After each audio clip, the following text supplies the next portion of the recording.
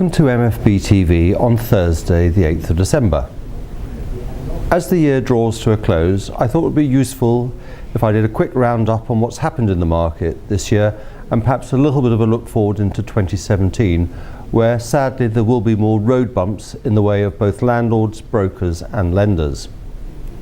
So at the beginning of the year we had the stamp duty cavalry charge on or before the 31st of March, and many of you were very active in those first 3 months. And generally the industry performed well, with most transactions completing successfully and before the deadline. Quarters 2 and 3 were predictably quieter, as those of you who were continuing to transact absorbed the additional costs on all your future purchases. We've seen a pickup in quarter 4, but against that backdrop you need to be aware that the regulator, in the form of the Prudential Regulation Authority, known as the PRA, has also been active. It has consulted with industry and perhaps largely ignored the input from the industry, and has determined certain critical changes that will take place next year. From the 1st of January, lenders are generally expected to assume that all of you will become higher rate taxpayers because of the changes structured in by HMRC in George Osborne's budget of 8th July 2015. This means that the amount of money typically you'll be able to borrow on a property is less, and new stress tests, if they haven't already been applied by lenders, are obligatory from the 1st of January 2015. This has brought into sharp focus what you do when you buy new properties, and the general guidance, albeit not tax advice, that is something you should get from a tax advisor, is that you will probably look to buy properties in the future in a limited company. I would emphasize you need to go and get tax advice on this, because everyone's situation is different,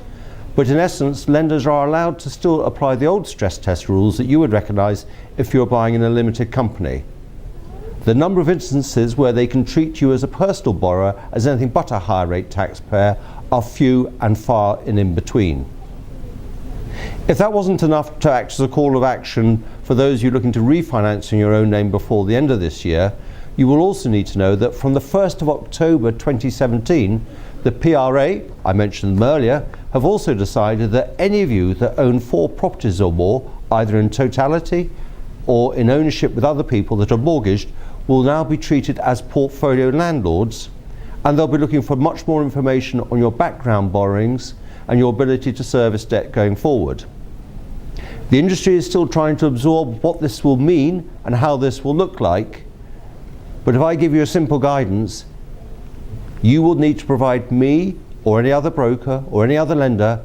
with likely much more paperwork from the 1st of October next year.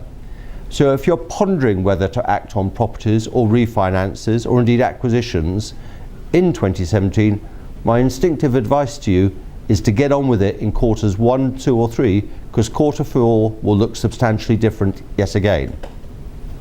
That's not to say that we're bearish about the buy-to-let property market. We think that the fundamentals of the market are strong, yields are good, rents are rising and capital values are holding up well, other than some overheated spots in central London, and therefore we look forward to working with you all in 2017, and I wish you all a very happy Christmas.